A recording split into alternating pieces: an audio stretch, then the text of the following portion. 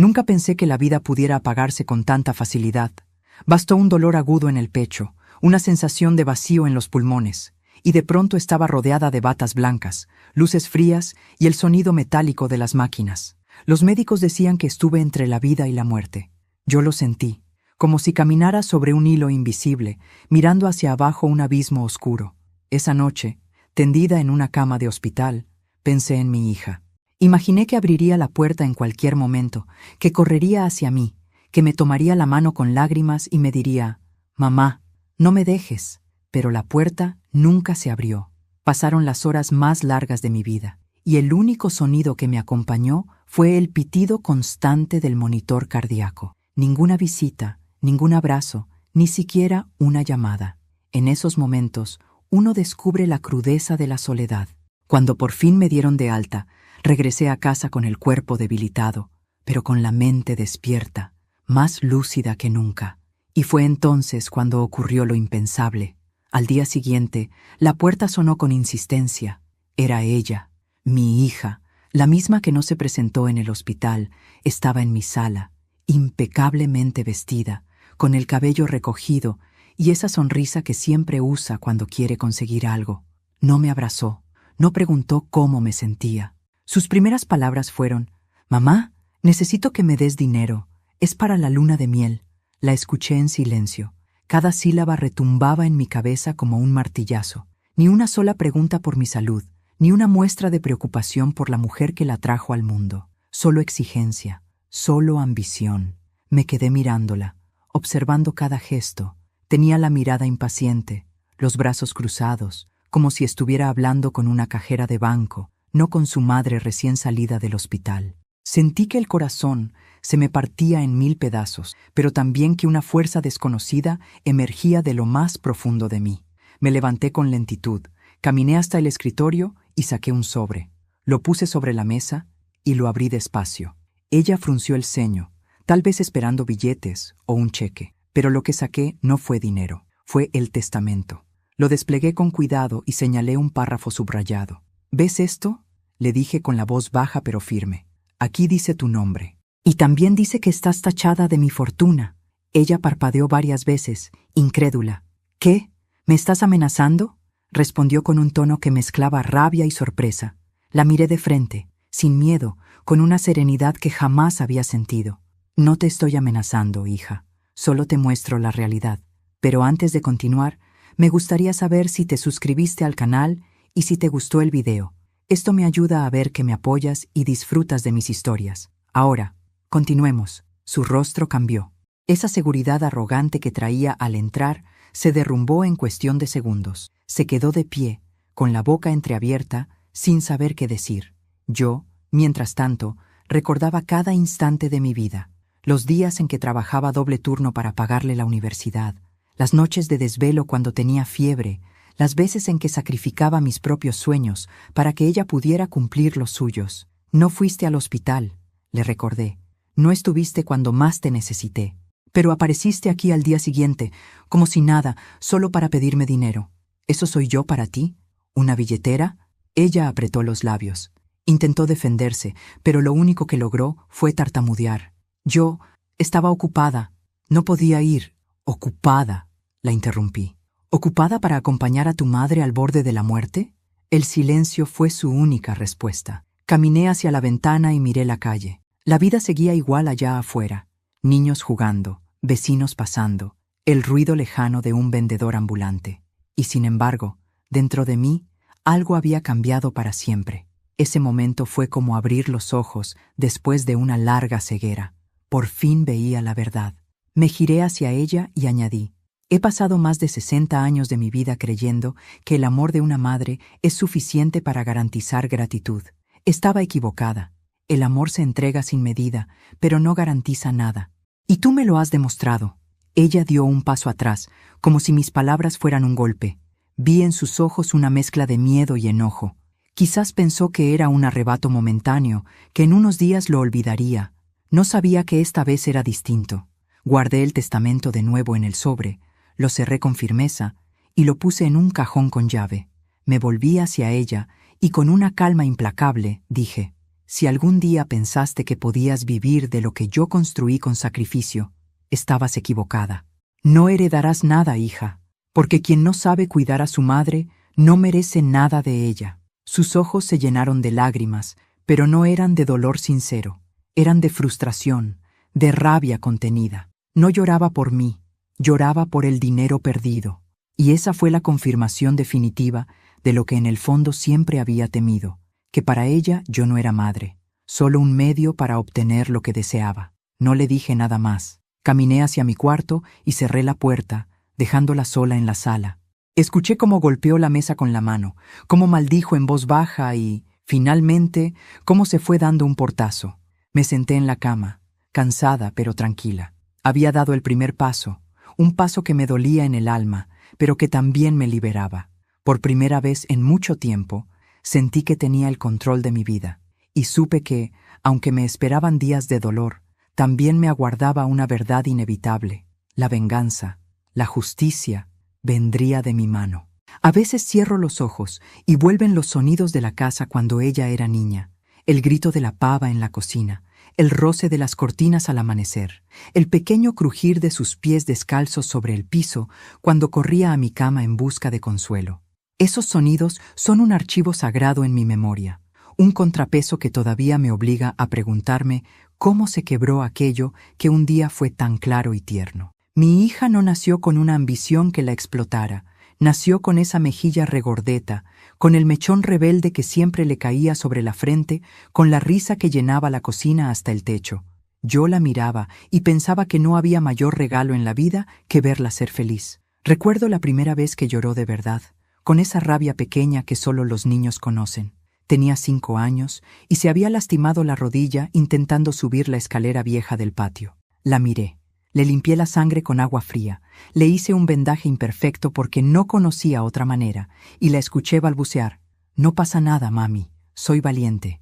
Me inventé un mundo de héroes para ella aquella noche y le juré que siempre estaría. Esos juramentos, hechos al borde de una cama infantil, me parecían promesas sencillas, del día a día. Iríamos tirando, con trabajo y con amor. No pensé que serían depositados en un contrato que alguien después podría romper con desdén.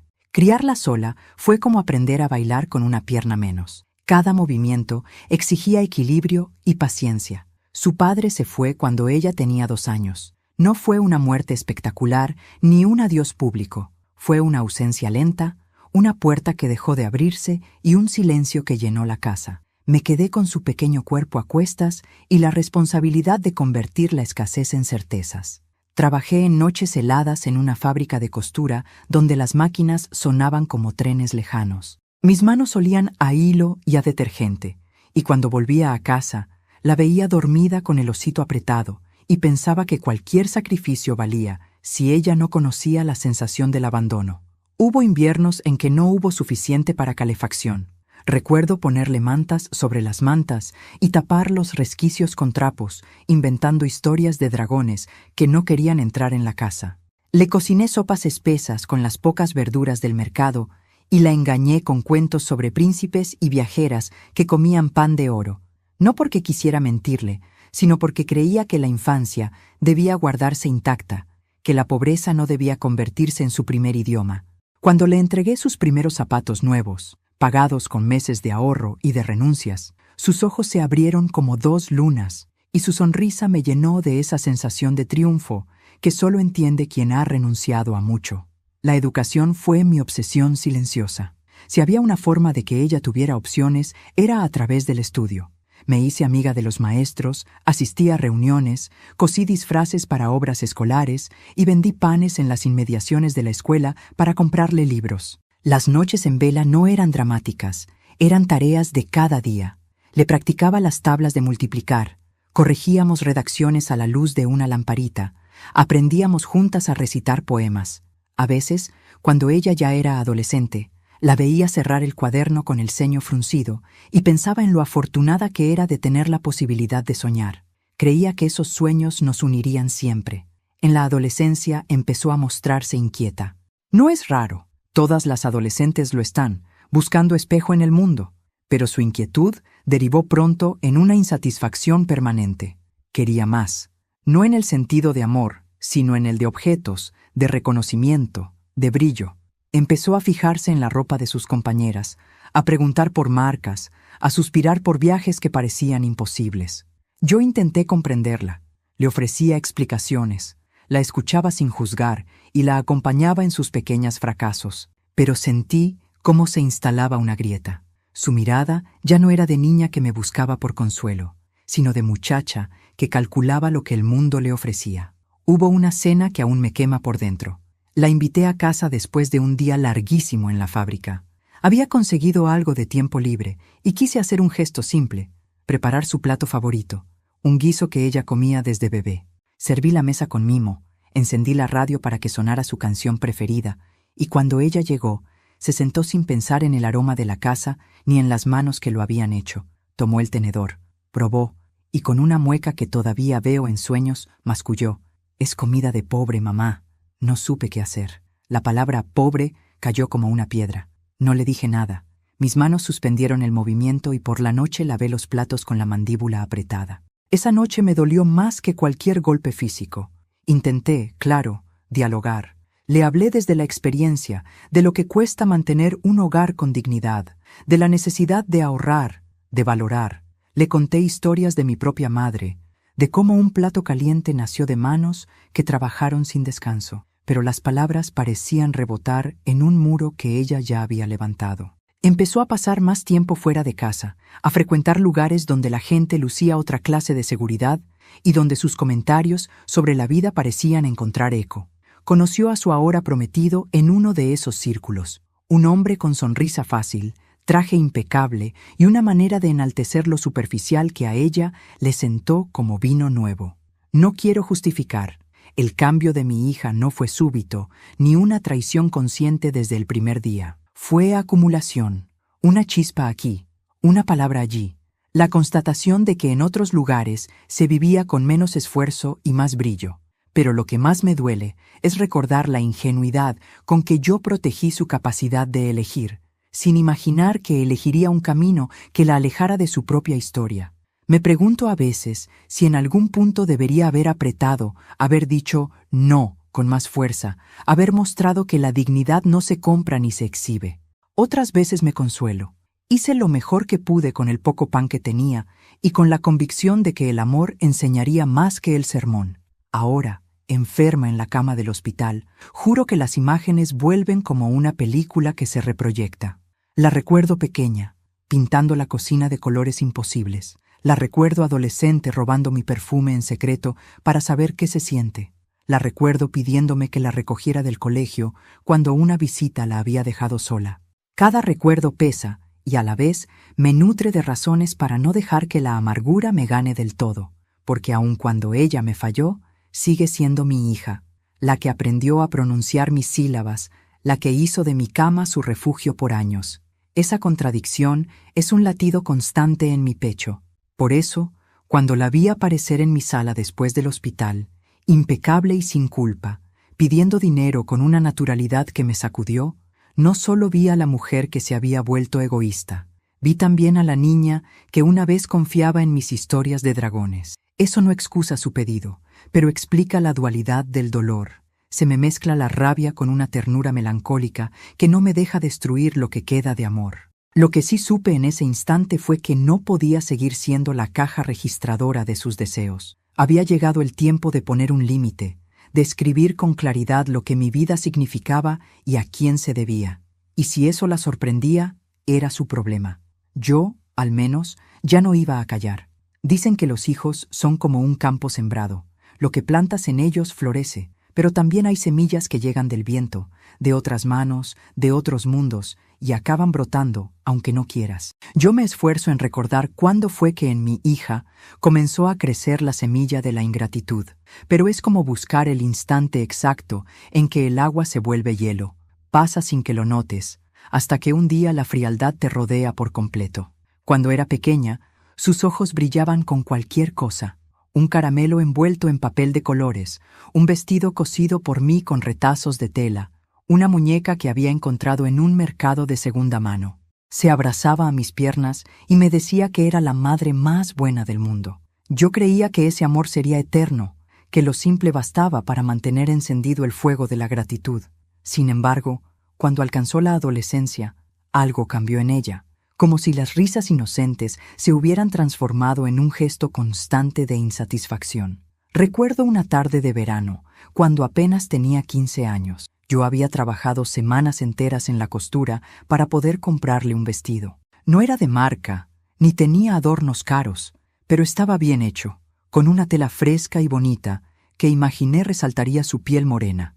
Lo dejé cuidadosamente doblado sobre su cama, con una nota escrita a mano: para que brilles como la estrella que eres. Esperé con ansias verla entrar, emocionarse, abrazarme como lo hacía cuando era niña, pero en cuanto lo levantó y vio la etiqueta sencilla, lo sostuvo con 2 dedos, como si estuviera sucio.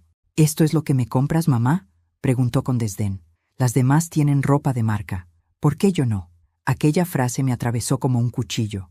No supe qué responder. Me limité a sonreír débilmente, como si no me hubiera dolido, y le dije que no tenía el dinero para marcas, pero que ese vestido lo había elegido con amor. Ella bufó, lo tiró sobre la silla y salió de la habitación sin más. Esa noche lloré en silencio mientras recogía el vestido arrugado. Lo planché de nuevo y lo guardé en mi armario. Años más tarde aún seguía allí, intacto, como un testigo silencioso de la primera grieta entre nosotras. No fue un hecho aislado.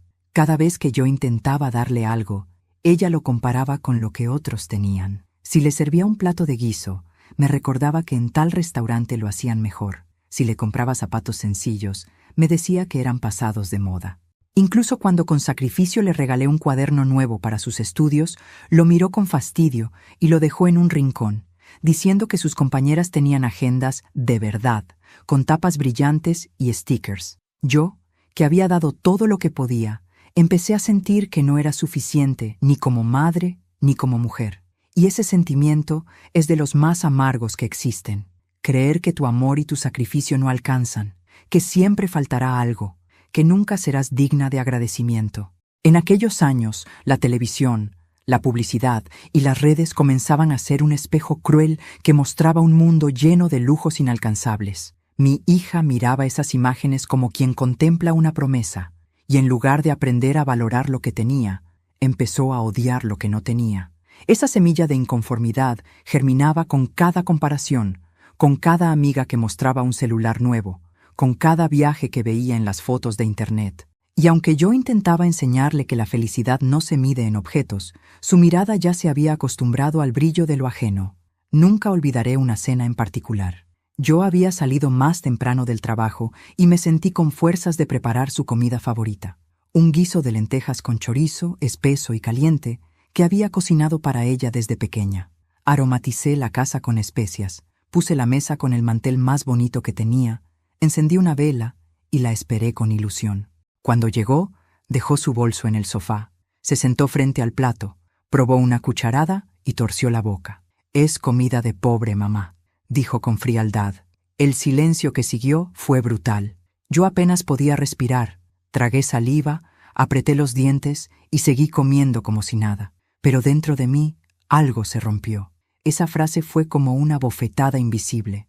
Lavé los platos en silencio esa noche, con las lágrimas cayendo al agua jabonosa, preguntándome en qué momento mi hija había dejado de ver amor en mis manos para ver solo mis carencias. Los pequeños actos de ingratitud se convirtieron en costumbre. Ya no había gracias, ya no había abrazos, solo reclamos. Quería ropa más cara, quería un teléfono nuevo, quería fiestas grandes para sus cumpleaños. Y yo, agotada y con un salario que apenas alcanzaba, trataba de complacerla en lo posible, pensando que esa etapa pasaría. Creía que al madurar entendería mis sacrificios, pero con cada concesión, con cada regalo que conseguía dándole más de lo que tenía, la semilla de la ingratitud se fortalecía. Un día me atreví a confrontarla. «Hija, ¿no te das cuenta de todo lo que hago por ti? ¿No valoras las horas que paso trabajando para que no te falte nada?» Ella me miró con esa mezcla de arrogancia y cansancio que ya se había vuelto habitual. «Yo no te pedí que lo hicieras, mamá. Es tu obligación». Sentí que la tierra se abría bajo mis pies. Su obligación. Así me veía, como una obligación. No como la mujer que la había cargado en su vientre, no como la madre que había sangrado las manos para darle un techo, sino como alguien que simplemente debía cumplir, sin derecho a esperar amor a cambio. Esa fue la confirmación de que lo que había germinado en ella no era un capricho adolescente, sino una semilla venenosa que había echado raíces profundas. Lo supe cuando empezó a traer amigas a casa, y frente a ellas se avergonzaba de mí. «No hagan caso al desorden, ya saben cómo es mi mamá», decía, mientras yo me esforzaba en servirles jugo y galletas. Sentí que me convertía en una extraña en mi propia casa, reducida a la figura de una sirvienta invisible. No sé en qué momento dejé de esperar su gratitud. Tal vez fue después de aquella frase en la cena, tal vez después de escuchar que era mi obligación. Lo cierto es que mi corazón se endureció poco a poco. Aprendí a callar, a tragar el dolor, a esconder mis lágrimas. Pero mientras lo hacía, también empecé a guardar memoria. Cada desprecio, cada humillación, cada mirada de superioridad, porque aunque ella pensaba que me olvidaba con facilidad, yo sabía que algún día esas memorias serían las piedras con las que construiría mi fortaleza. Y ese día llegó, en el hospital, cuando me vi entre la vida y la muerte y comprobé que no apareció, porque la semilla que llevaba dentro había dado ya sus frutos más crueles, la indiferencia absoluta hacia la mujer que le dio la vida. Siempre pensé que las malas compañías no se anuncian con tambores ni llegan con un cartel de advertencia. Se cuelan en la vida como una brisa ligera, disfrazadas de encanto, de novedad, de promesas. Así fue como aquel hombre apareció en el mundo de mi hija, con una sonrisa perfecta y un discurso preparado para halagarla en todo lo que yo no había podido darle. Su nombre era Javier, y desde la primera vez que lo vi, sentí un escalofrío que me recorrió la espalda. No porque fuera violento ni grosero, sino porque en sus ojos había un brillo frío, calculador, el mismo que he visto en personas que no aman, sino que evalúan. Lo conocí un domingo, cuando ella lo trajo a casa con el pretexto de que me conociera. Yo había preparado un almuerzo sencillo, pollo al horno con papas y una ensalada fresca. Quería dar una buena impresión, no para agradarlo a él, sino porque para mí recibir en la mesa siempre fue un acto sagrado. Él llegó con un ramo de flores, sonriente, y me besó la mano como si fuera un caballero de película. Pero pronto entendí que su cortesía era un guión aprendido, no un gesto sincero. Durante la comida no apartó los ojos de mi vajilla vieja, ni de las cortinas descoloridas, ni de los muebles desgastados. Hacía comentarios amables, pero cada palabra llevaba la sutil carga de quien mide lo ajeno con desprecio. «Se nota que aquí todo es muy hogareño», dijo, alzando la copa de vino que yo había comprado con tanto esfuerzo. Mi hija rió como si aquello fuera un cumplido. Yo, en silencio, tragué el veneno escondido en la frase. Esa fue la primera señal.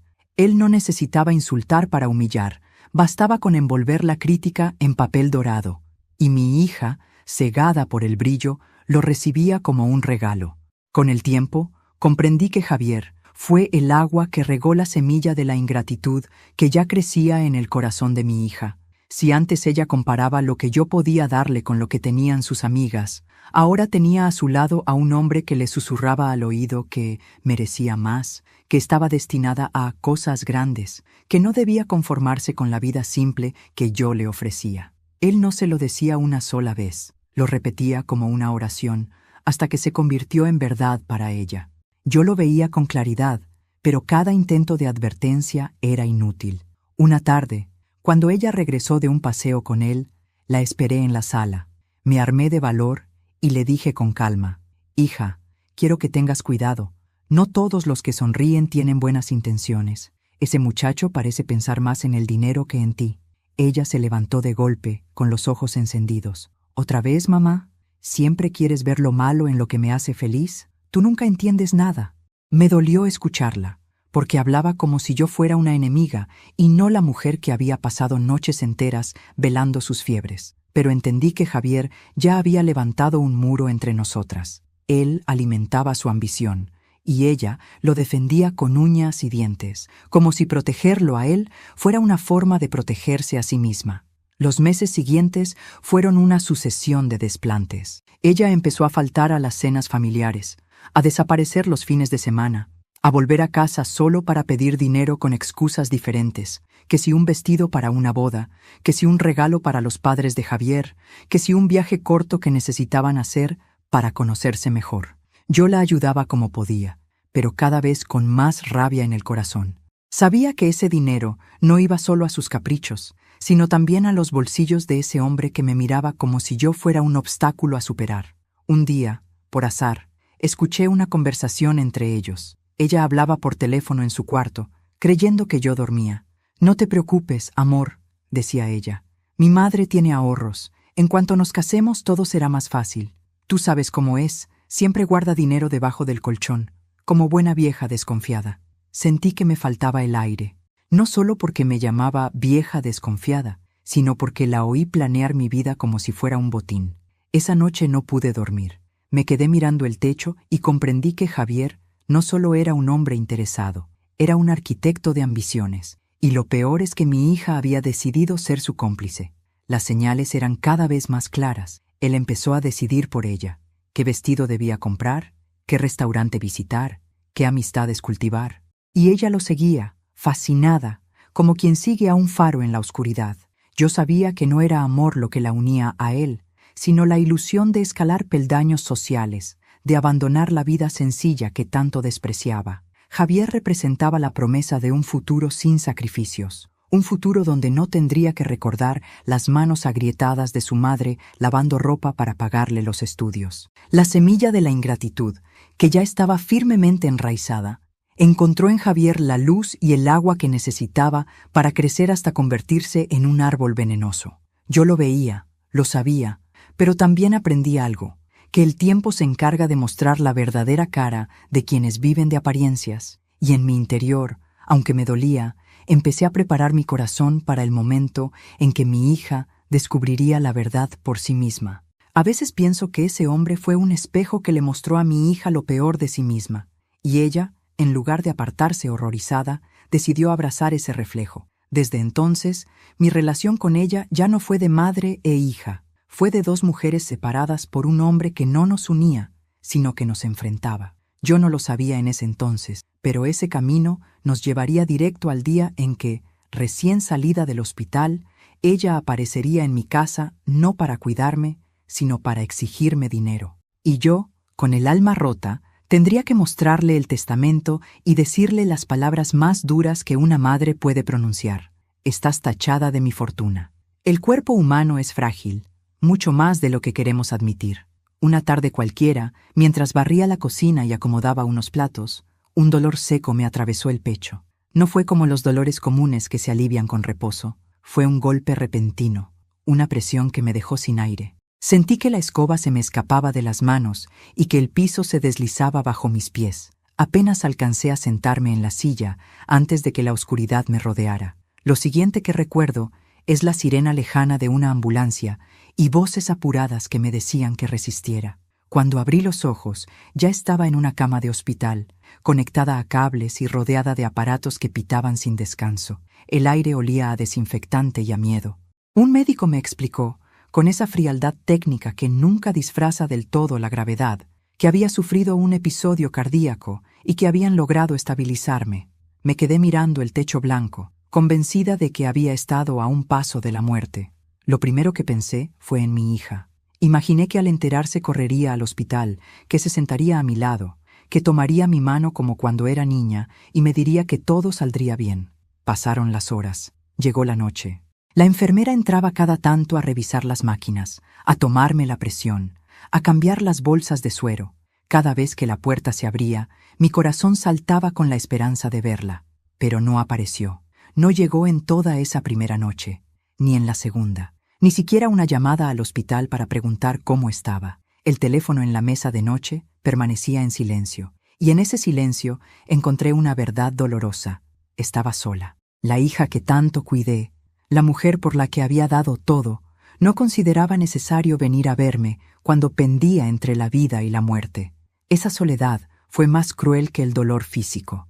Recuerdo mirar las sombras que proyectaban las luces del pasillo en las paredes y pensar, ¿de qué sirvió todo? ¿De qué sirvió romperme la espalda para darle un futuro si ahora ni siquiera se acerca a mi cama? Mis lágrimas caían sin control. no de miedo a morir, sino de tristeza por descubrir que ya no ocupaba lugar en el corazón de mi propia hija. Las enfermeras trataban de consolarme. Una de ellas, una mujer joven con los ojos dulces, me dijo en voz baja: «No se aflija, señora. A veces los hijos no saben cómo reaccionar. Seguro la quiere, pero le cuesta demostrarlo». Sonreí, pero dentro de mí sabía que no era eso. Mi hija no había venido porque tenía otras prioridades. Su ausencia era un acto consciente, no un descuido. Esa noche, mientras escuchaba el pitido constante del monitor, me prometí algo. Si salía de esa cama, no volvería a ser la misma. Ya no iba a tolerar su indiferencia. Había llegado el momento de abrir los ojos y dejar de inventar excusas para justificar lo injustificable. Cuando finalmente me dieron de alta, volví a casa más débil físicamente, pero más fuerte en espíritu. Mi cuerpo cargaba las cicatrices de la enfermedad, pero mi alma llevaba otra marca, la certeza de que mi hija había fallado en la prueba más importante, porque el hospital no solo puso a prueba mi corazón, también puso a prueba el suyo, y ella lo reprobó con una indiferencia brutal. Lo irónico fue que, al día siguiente de mi regreso, apareció en mi sala. No traía flores, ni una palabra de consuelo, ni un abrazo de alivio. Llegó erguida, con un brillo de impaciencia en los ojos, y lo primero que dijo fue: «Mamá, necesito dinero. Es para la luna de miel». En ese momento, el dolor del hospital se transformó en algo distinto, en furia contenida, en dignidad herida que ya no estaba dispuesta a callar. La mujer que había estado entre la vida y la muerte solo unas horas antes fue capaz de levantarse con firmeza, abrir un cajón, sacar un sobre y mostrarle el testamento. «¿Ves esto?», le dije, con la voz más firme que pude. «Aquí dice tu nombre, y también dice que estás tachada de mi fortuna». Ella se quedó helada. Su rostro se tiñó de rabia y sorpresa, pero no de arrepentimiento. Y yo, por primera vez en mucho tiempo, no me sentí débil ni sola. Me sentí fuerte, porque tenía la verdad y la memoria de mis sacrificios como armas. El hospital me había mostrado la fragilidad de mi cuerpo. La indiferencia de mi hija me había mostrado la fragilidad de nuestro lazo. Pero mi decisión de no dejarme humillar más me reveló algo nuevo, que aún tenía el poder de decidir mi final, de escribir mi historia con la dignidad que siempre merecí. Hay momentos en la vida que marcan un antes y un después, y aquella mañana fue uno de ellos. Yo apenas había regresado del hospital, todavía con el cuerpo adolorido y la piel pegada a los huesos por la debilidad. Caminaba despacio por la casa, apoyándome en los muebles, tratando de acostumbrarme a mi fragilidad, cuando de pronto escuché el timbre sonar con una insistencia impertinente. Me sobresalté, porque aún el corazón no había recuperado su ritmo normal y cualquier ruido fuerte me agitaba. Abrí la puerta y allí estaba ella, mi hija. Lucía impecable, con un vestido nuevo y el cabello perfectamente peinado. Parecía más lista para una fiesta que para visitar a una madre recién salida del hospital. No traía flores, ni una sonrisa de alivio, ni siquiera un «¿Cómo estás?». Apenas cruzó el umbral, lanzó la frase como una piedra: «Mamá, necesito que me des dinero. Es para la luna de miel». Me quedé mirándola sin decir palabra. Sentí como si alguien hubiera vaciado un balde de agua helada sobre mí. Esperaba, quizás ingenuamente, un abrazo, un gesto de ternura tardío, una disculpa por su ausencia en los días más oscuros de mi vida. Pero lo que encontré fue una exigencia fría, calculada, como si yo no fuera su madre, sino un cajero automático al que acudir cuando necesitaba efectivo. «¿Dinero?», pregunté, casi susurrando, como si necesitara confirmar lo que acababa de escuchar. «Sí, mamá», replicó con impaciencia. «Es importante. Nos vamos de viaje y no quiero que nos falte nada. Sabes que siempre soñé con una luna de miel en grande. Tú puedes ayudarme, ¿verdad?». La palabra «puedes» me atravesó como un dardo, porque claro que podía. Siempre pude. Pude coser hasta la madrugada para pagarle la escuela. Pude limpiar casas ajenas para comprarle ropa. Pude privarme de comida para que ella comiera mejor. Pude hacerlo todo, pero nunca me preguntó si quería o si era justo. Para ella, que yo pudiera equivalía a que debía. Inspiré profundo, sintiendo que el aire dolía en mis pulmones. Caminé lentamente hasta el escritorio, abrí el cajón y saqué un sobre manila que guardaba desde hacía meses. Ella me miró con interés, creyendo que sacaría un fajo de billetes. La vi sonreír con avidez, como quien está a punto de recibir un premio. Pero lo que coloqué sobre la mesa no fue dinero, fue mi testamento. Lo desplegué con calma, como si el papel pesara toneladas. Lo extendí frente a ella y señalé con el dedo la línea donde aparecía su nombre. ¿Ves esto? Dije con voz grave, pero firme. Aquí estás mencionada, y también aquí, donde dice que estás tachada de mi fortuna. Su rostro pasó del desconcierto a la rabia en cuestión de segundos. ¿Cómo que tachada?, espetó, con un tono de indignación que me hizo estremecer. Tal como lo escuchas, ya no eres parte de mi herencia. Ella golpeó la mesa con la mano, como una niña caprichosa a la que se le niega un dulce. ¿Es una broma? No puedes hacerme esto, mamá. Soy tu hija. Lo sé. Respondí con una calma que no sabía que poseía. Y precisamente porque eres mi hija, porque te parí y te crié, porque sé quién eres, lo hago. Quedó paralizada. Me miraba como si no me reconociera, como si frente a ella hubiera una desconocida. No fuiste al hospital, continué. Estuve entre la vida y la muerte, y no apareciste. No escuché tu voz, no vi tu rostro, no sentí tu mano, pero apenas regresé a casa, apareces exigiendo dinero. ¿Qué soy yo para ti? ¿Una billetera? Sus labios temblaron, pero no de culpa, sino de furia. Yo estaba ocupada, balbuceó. Tenía muchas cosas que organizar. La boda, los viajes. ¿Ocupada? La interrumpí. Ocupada para acompañar a tu madre cuando agonizaba. Ocupada para darme una hora de tu tiempo. No, hija, no estabas ocupada, estabas ausente.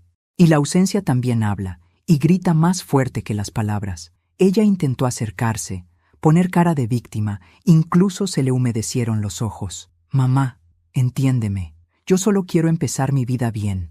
Tú deberías alegrarte de que me vaya a casar y de que tenga lo que merezco. ¿Lo que mereces?, repetí en un murmullo, dejándome caer en la silla porque las fuerzas me flaqueaban. Hija, la vida no te da lo que mereces porque lo exijas, sino lo que siembras con tus actos. ¿Y tú? ¿Lo que sembraste conmigo? Fue indiferencia. Su rostro se endureció. La máscara de ternura fingida se resquebrajó, y lo que vi fue pura codicia. «¿Entonces, no me darás nada?», preguntó con voz fría. «Nada», contesté, «porque quien no sabe cuidar a su madre no merece nada de ella». Se levantó de golpe, recogió su bolso y se dirigió a la puerta. Antes de salir, me lanzó una mirada cargada de odio. «Te vas a arrepentir», dijo. El portazo resonó por toda la casa, y con él sentí que algo dentro de mí se quebraba para siempre. Ya no era solo el dolor de una madre decepcionada, era la certeza de que nuestra relación había llegado a un punto sin retorno. Me quedé sola, con el testamento sobre la mesa. Lo doblé con manos temblorosas y lo guardé de nuevo en el cajón, cerrándolo con llave. En ese instante, aunque me sentía frágil y cansada, supe que había recuperado una fuerza que creía perdida, la fuerza de poner límites. Y aunque me dolía como una herida abierta, también sentí una calma extraña, porque por primera vez en años había dicho lo que debía decir, sin miedo y sin excusas. La confrontación no resolvió nada. Ella se fue con más rabia que arrepentimiento, pero yo, en mi soledad, comprendí algo esencial. A veces, para salvarte, debes soltar incluso a quienes amas, y estaba lista para enfrentar lo que viniera, aunque fuera la furia de mi propia hija. Después de aquella confrontación, pensé que no volvería a verla en mucho tiempo. El portazo con el que se marchó parecía definitivo, como si hubiera cortado el lazo que nos unía. Pero me equivoqué. Apenas pasaron unos días cuando volvió a aparecer en mi puerta, esta vez con otro disfraz. Ya no traía la arrogancia del reclamo, sino la máscara del arrepentimiento. Golpeó suavemente, como quien teme interrumpir. Yo abrí con cautela, y allí estaba, con el rostro bañado en lágrimas, el maquillaje corrido y la voz temblorosa. «Mamá», susurró, «perdóname». La escuché con el corazón dividido.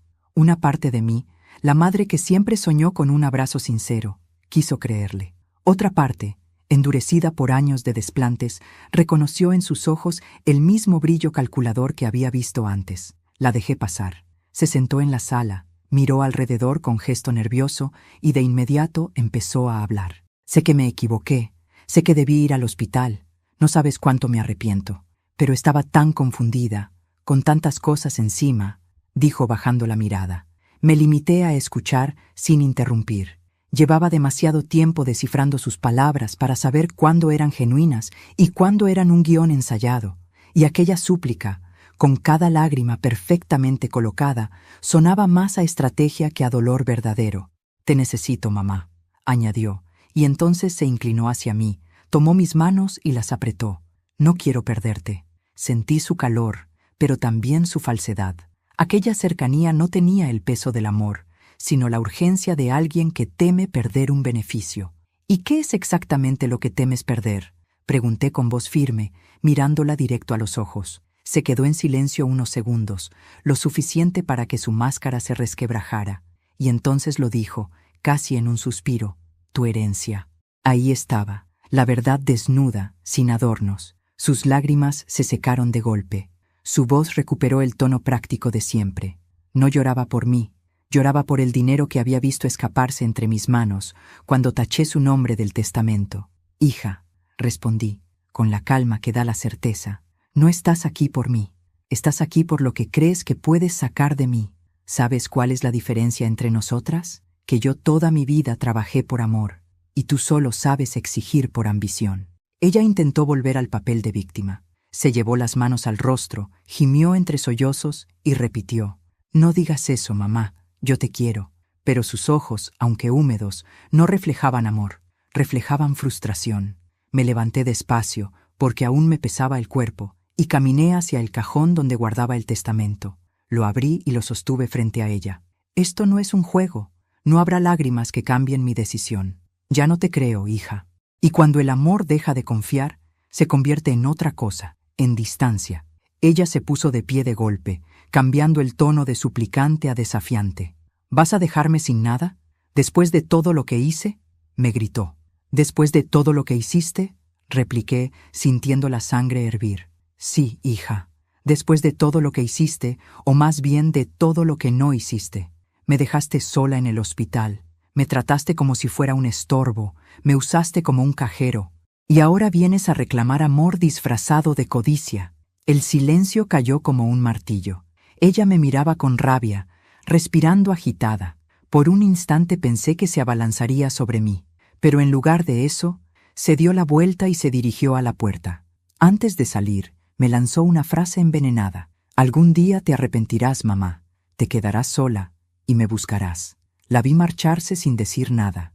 Cerré la puerta y me apoyé contra ella, temblando. Sí, tal vez me quedaría sola, pero prefería esa soledad digna antes que compartir mi vida con la mentira. Comprendí en ese momento que mi hija ya no era la niña que crié, sino una mujer consumida por la ambición y manipulada por un prometido que reforzaba cada una de sus debilidades. Y yo, aunque la amaba, no podía seguir siendo cómplice de su falsedad. Esa visita me enseñó algo vital, que la ingratitud no se cura con lágrimas, y que a veces la máscara más cruel es la del arrepentimiento fingido. Me senté frente al testamento y con el corazón encogido pero firme, reafirmé mi decisión. Si antes había dudas, ahora no quedaba ninguna. Mi hija estaba tachada, no solo de mi fortuna, sino de la confianza que alguna vez deposité en ella. Y mientras la casa quedaba en silencio, supe que lo peor aún estaba por venir, porque las personas que viven de la codicia no se rinden, planean, buscan, manipulan. Y yo debía estar lista para enfrentar el siguiente golpe. Después de aquella última visita, supe que mi hija no se rendiría. Podía leerlo en sus gestos, en el veneno de sus palabras, en el portazo con el que salió aquella tarde. No iba a aceptar un no como respuesta. Y yo, aunque mi cuerpo seguía frágil después del hospital, aprendí a abrir más los ojos, a escuchar con atención, a desconfiar incluso de lo que parecía inocente. La confirmación de mis sospechas no tardó en llegar. Una vecina, Carmen, me llamó una mañana para advertirme. ¿Sabes, Rosario?, me dijo con la voz baja, como si temiera que alguien más pudiera escuchar. El otro día pasé por el café de la esquina y vi a tu hija con su prometido. Estaban hablando fuerte. No se dieron cuenta de que yo estaba cerca. Ella decía que, si tú no soltabas el dinero, había maneras de forzarte. Mi corazón se encogió al escuchar esas palabras. Carmen no era de inventar chismes. La conocía de toda la vida y su voz temblaba de preocupación sincera. Le agradecí en silencio, pero colgué el teléfono con un nudo en la garganta. Esa misma tarde, rebuscando entre papeles viejos, encontré una carta que había olvidado, un extracto bancario que había llegado semanas antes, abierto y arrugado.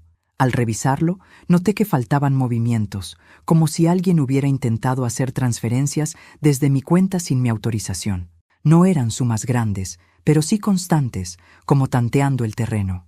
Comprendí de inmediato. Alguien había usado mis datos, y no me costó imaginar quién podía tener acceso a ellos. La sospecha me llevó a observar más de cerca. Empecé a preguntar discretamente entre conocidos. Descubrí que mi hija había hablado con un notario del barrio, haciéndose pasar por representante de la familia. Le dijo que yo estaba muy enferma y que quizá pronto haría cambios en mis bienes. El notario, que también me conocía, no dio curso a nada, pero me lo comentó con tono de advertencia. Cuídese, Rosario. Su hija parece tener prisa. Prisa. Esa palabra me retumbó en los oídos. Mientras yo luchaba por recuperar la salud, ella ya planeaba cómo quedarse con lo que yo había construido con sangre y sudor. Y lo más cruel, ni siquiera disimulaba. Una noche, mientras acomodaba la cocina, escuché voces en la calle. Me asomé discretamente por la ventana. Allí estaban, mi hija y Javier, discutiendo a pocos metros de mi casa. Él le hablaba con tono severo. Si no consigues que tu madre firme, todo esto no tiene sentido. Necesitamos ese dinero. Tú misma dijiste que guardaba ahorros escondidos. Ella respondió con impaciencia. Ya lo intenté, Javier, pero es terca, aunque tal vez si la asustamos un poco, ceda. Sentí un escalofrío que me recorrió entera. Cerré la cortina y me quedé en la oscuridad, con las manos temblorosas. Ya no eran solo exigencias o reclamos, era una amenaza velada. Esa noche no dormí. Me quedé sentada en la cama, repasando cada momento de mi vida con ella. El amor que le di, las privaciones que soporté, las noches en vela cuidando sus fiebres. Todo eso reducido ahora a planes de manipulación y amenazas. Por primera vez sentí miedo, pero también una claridad absoluta. Ya no se trataba solo de defender mi dignidad, sino mi vida. Si eran capaces de conspirar tan abiertamente, ¿qué más podrían hacer? El amanecer me encontró cansada, pero con una decisión tomada. Ya no podía seguir ignorando lo evidente. Mi hija y su prometido habían cruzado una línea peligrosa, y si yo quería sobrevivir, debía prepararme para enfrentarlos. Ese mismo día pedí cita con mi abogado de confianza. Le conté todo, desde el testamento hasta las sospechas de robo y las amenazas veladas. Él me escuchó con atención, tomó notas y finalmente me dijo: «Señora, usted tiene que protegerse. No subestime lo que la codicia puede provocar en la gente.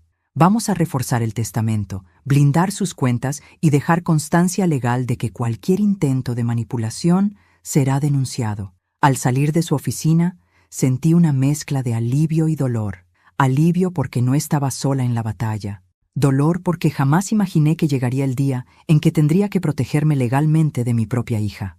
Mientras caminaba de regreso a casa, comprendí algo aterrador. El verdadero enemigo no era solo Javier, ese hombre que había sabido manipularla, sino también ella, que había permitido que la ambición apagara cualquier rastro de amor. Y en mi pecho, entre la tristeza y la rabia, empezó a germinar otra semilla, la de la venganza. El regreso de la oficina del abogado me dejó claro que la guerra ya había comenzado. No era una discusión familiar ni un simple desencuentro entre madre e hija. No, era un combate silencioso en el que se jugaba mi dignidad, mi seguridad y todo lo que había construido con mis manos. Y en esa batalla no podía permitirme la ingenuidad de seguir creyendo en un arrepentimiento que nunca llegaría. Durante días repasé cada palabra de mi abogado. No subestime lo que la codicia puede provocar en la gente. Esa advertencia me acompañaba incluso en sueños. Veía el rostro de mi hija, sonriente como cuando era niña, transformarse en el de una mujer fría, capaz de traicionar sin pestañear, y junto a ella, la sombra de Javier, el verdadero titiritero, guiándola con hilos invisibles. Decidí que no podía quedarme esperando a que ellos dieran el siguiente paso. Yo debía anticiparme. Primero, cerré todas mis cuentas secundarias y moví mis ahorros a un banco distinto, bajo estrictas medidas de seguridad. Le pedí al abogado que me ayudara a registrar legalmente la propiedad de la casa, reforzando los papeles para que nadie pudiera falsificar firmas ni presionarme a ceder nada. Firmé documentos con testigos, sellé copias y guardé todo en una caja fuerte fuera de casa. En paralelo, me acerqué a personas de confianza, aquellas pocas amistades que aún permanecían a mi lado. Les conté parte de lo que estaba ocurriendo, no todo. La vergüenza todavía pesaba en mí, pero lo suficiente para que supieran que si algo me pasaba, no había sido un accidente. Fue doloroso reconocerlo en voz alta, pero necesario, porque la soledad era el terreno perfecto para que ellos actuaran, y yo no iba a darles esa ventaja. Mientras tanto, fingí normalidad. Cuando mi hija llamó por teléfono, respondí con voz cansada, como si nada hubiera cambiado. Incluso accedí a verla en un café unos días después para que creyera que aún me tenía bajo control. Pero cada palabra que intercambiamos la grabé en mi memoria, notando cómo evitaba mirarme directamente, cómo su discurso siempre giraba en torno al dinero, a los viajes, a los planes de boda. Era como si mi salud, mi vida entera, le resultaran un detalle irrelevante. Fue en esa reunión donde confirmé que Javier la estaba empujando más y más al abismo. Ella, entre sorbo y sorbo de café, dijo casi sin darse cuenta: Javier dice que, si tú no aflojas, la casa puede terminar igual en nuestras manos. Después de todo, no vas a vivir eternamente. Me quedé mirándola en silencio, con el corazón latiendo fuerte, pero sin mostrarlo. Sonreí débilmente y cambié de tema, como si no hubiera escuchado. Por dentro, sin embargo, entendí que ya habían cruzado la última frontera. Estaban dispuestos a esperar mi muerte, incluso a provocarla, con tal de quedarse con lo que no les correspondía. Aquella noche no dormí. Me senté frente al espejo y me hablé a mí misma como no lo hacía desde hacía años. Rosario, me dije, ya no se trata de salvar lo que tienes, sino de salvarte a ti misma. Y si ellos no tuvieron compasión contigo, tú tampoco la tendrás cuando llegue la hora de dar tu golpe. Así nació mi estrategia. No iba a huir ni a esconderme. No iba a permitir que me vieran como una anciana débil que podían manipular. Iba a usar sus propias armas: la sorpresa, el engaño, la paciencia. Y con la ayuda de mi abogado, empecé a diseñar un plan que no solo protegería mis bienes, sino que revelaría al mundo quiénes eran en realidad mi hija y ese hombre que la había corrompido. Mientras ellos creían que yo era una presa fácil, yo aprendía a convertirme en cazadora. Y lo que planeaba, cuando finalmente se ejecutara, no solo los dejaría sin herencia, los dejaría marcados para siempre. Elegí el día con la misma precisión que una cirujana elige el bisturí. Sabía que la verdad, puesta frente a los ojos ajenos en el momento exacto, tiene una fuerza que no admite réplicas. Por eso invité a mi hija y a Javier a lo que ella creyó sería una reunión familiar de despedida de soltera en la casa de una prima. Les dije que quería verlos felices antes de la boda. Era la excusa perfecta. No sospecharon nada. La codicia ciega y la confianza en lo fácil siempre es su peor enemigo. Cuando llegaron, radiantes y seguros, mi corazón latía con la cadencia de una hora anunciada. Les sonreí con la calma de quien oculta un secreto con paciencia. En la sala estaban el notario que me apoyaba, dos amigas fieles que habían jurado no traicionarme, el abogado y un par de vecinos que conocían la historia. Todo estaba dispuesto para que la verdad tuviera testigos imparciales. Puse sobre la mesa tazas de té, servilletas y dejé un sobre en un lugar visible.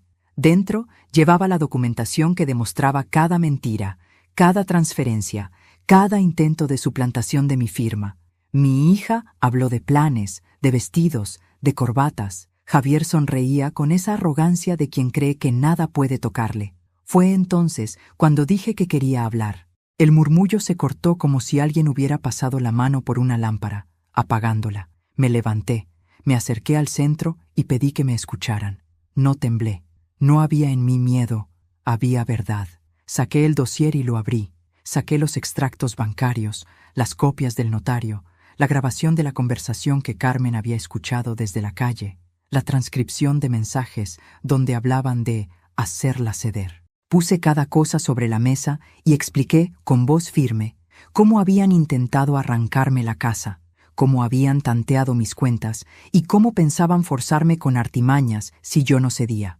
Mostré la carta del notario que demostraba que había intentos de poderes falsos y las transferencias hacia la cuenta benéfica de Javier, o eso creímos hasta que comprobamos que era de su empresa fantasma. La expresión de mi hija fue cambiando, de sorpresa a incredulidad, de incredulidad a furia, y esa furia, en cuanto notó que había testigos, se volvió teatral.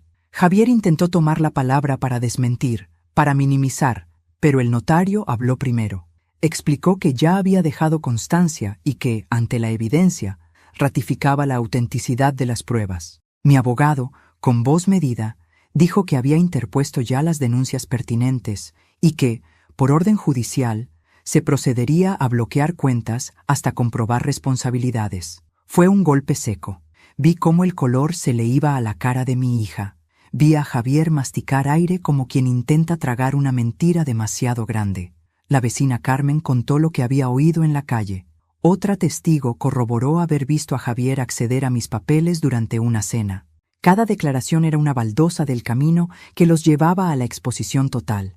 Mi hija gritó, llamaba a mi deslealtad, me acusaba de invadir su privacidad, de manipular su vida. Pero la gente que estaba allí no veía a la hija que yo había criado. Veía documentos, fechas, firmas que no coincidían, transferencias registradas. Un oficial, que casualmente estaba presente por la denuncia previa, me pidió paciencia y mostró la orden de bloqueo. Javier fue esposado con manos que no sabían otra vida que la de aparentar. Mi hija se desplomó, acusándome entre sollozos de haberla destruido. La ironía dolía. La destruía mi propia ambición disfrazada de amor. Mientras se la llevaban, la casa entera quedó en un silencio pesado. No hubo gritos triunfales de mi parte. No era esa mi venganza. Me acerqué a la ventana y observé cómo se alejaban, pequeños por primera vez. Sentí un vacío extraño. La justicia había ido más rápido que el perdón. Sabía que las heridas no cerraban con un arresto, pero también supe que nadie volvería a rozarme con la misma impunidad. Esa noche dormí sin prisas, no por placer, sino porque por primera vez desde el hospital me sentía protegida por algo que no era mi fuerza física, la verdad. Y supe, con una claridad que templó mi alma, que el último capítulo debía escribirse con calma. La venganza había llegado a su clímax. Lo que faltaba sería decidir si en el final habría perdón o solo la paz de quien recuperó lo suyo. El eco de aquella tarde aún retumbaba en las paredes de mi casa. El portazo de mi hija, los gritos, las pruebas sobre la mesa, la humillación pública, todo había quedado marcado como cicatrices invisibles. Yo, sin embargo, me sentía distinta. Por primera vez en mucho tiempo, no era la madre que callaba ni la mujer que sufría en silencio. Era alguien que había recuperado su voz y su poder. Los días siguientes fueron un torbellino de emociones. La noticia de la denuncia y el arresto de Javier corrió como pólvora en el barrio. La gente me miraba con mezcla de compasión y respeto, y muchos se acercaban a darme palabras de aliento. Yo respondía con gratitud, aunque en mi interior reinaba un silencio profundo. No celebraba la desgracia de mi hija, pero tampoco lloraba por ella. Simplemente aceptaba lo inevitable. Había elegido un camino distinto, y ese camino la había llevado a la ruina. Una tarde recibí una carta. Era de ella. Me pedía perdón entre líneas, pero no había sinceridad en esas palabras. Sonaban más a una súplica desesperada que a un arrepentimiento real. Me decía que yo había sido injusta, que no la entendía, que había actuado bajo la influencia de Javier. Decía que todavía era joven, que merecía una segunda oportunidad. Leí la carta varias veces y la guardé en un cajón sin responder, porque comprendí que las palabras escritas no cambian lo que ya está tatuado en los actos. Con el tiempo, la rabia dio paso a una calma serena. Aprendí a ocupar mis días en mí misma, a cuidar mi jardín, a preparar comidas solo para mí, a leer sin prisa. Redescubrí la belleza de la soledad, no como castigo, sino como espacio de libertad. Entendí que a veces la vida te quita lo que más amas, no para castigarte, sino para mostrarte que eres más fuerte de lo que creías. Mucha gente me preguntaba si me arrepentía de haber tachado su nombre del testamento. Yo respondía siempre lo mismo: no me arrepiento, porque una herencia no se trata de dinero, se trata de valores. Y quien no supo valorar a su madre en vida, no merece quedarse con nada cuando ella ya no esté. La última vez que la vi fue en el juzgado, de lejos, cuando acudió a declarar. Nuestras miradas se cruzaron apenas unos segundos. La suya estaba llena de reproches, la mía de tristeza. No hubo abrazos ni palabras. Fue un adiós silencioso, quizá definitivo. Hoy, mientras escribo estas líneas desde la paz de mi sala, levanto la taza de café que me acompaña cada mañana. Esa misma taza que un día me regaló mi hijo con desprecio, diciendo que era lo que merecía. La sostengo en mis manos y sonrío, porque al final fue un símbolo de algo más grande. Mi resistencia. He perdido a una hija, sí, pero he recuperado algo que creí perdido, el respeto por mí misma, y en ese respeto encontré la venganza más justa y el final más digno. A veces, la vida no te da el final que soñaste, pero te da el final que necesitas. Y yo necesitaba aprender a soltar. Mi hija eligió su camino, y yo elegí el mío. Y aunque nuestros destinos se separaron, sé que mi historia servirá de advertencia. Nunca subestimen el valor de una madre. Gracias por llegar hasta aquí y acompañarme en esta historia. Si te gustó, no olvides suscribirte al canal y darle like al video. Cada día encontrarás nuevas historias llenas de emoción, drama y enseñanzas que llegan al corazón.